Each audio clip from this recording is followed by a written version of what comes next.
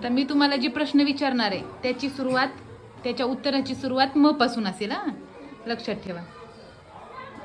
झाडावर उड्या मारणारा एक प्राणी कोणता? पिसारा पसरून नाचणारा पक्षी कोणता? देवाचे घर त्याला काय म्हणतो आपण? मधमाशा बनवतात ते गोड पदार्थ कोणता? बरोबर. पाण्यात राहणारा मोठा प्राणी कोणता?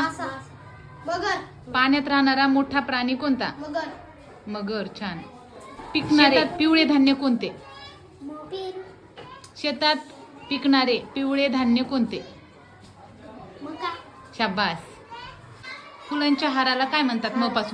म पासून काय म्हणतात? ग पासून झालं. म पासून काय म्हणतात? फुलाच्या हाराला म पासून काय म्हणतात? नाही आलं की पाठीमागं जायचं पटकन. हा, माळ. काय? छान.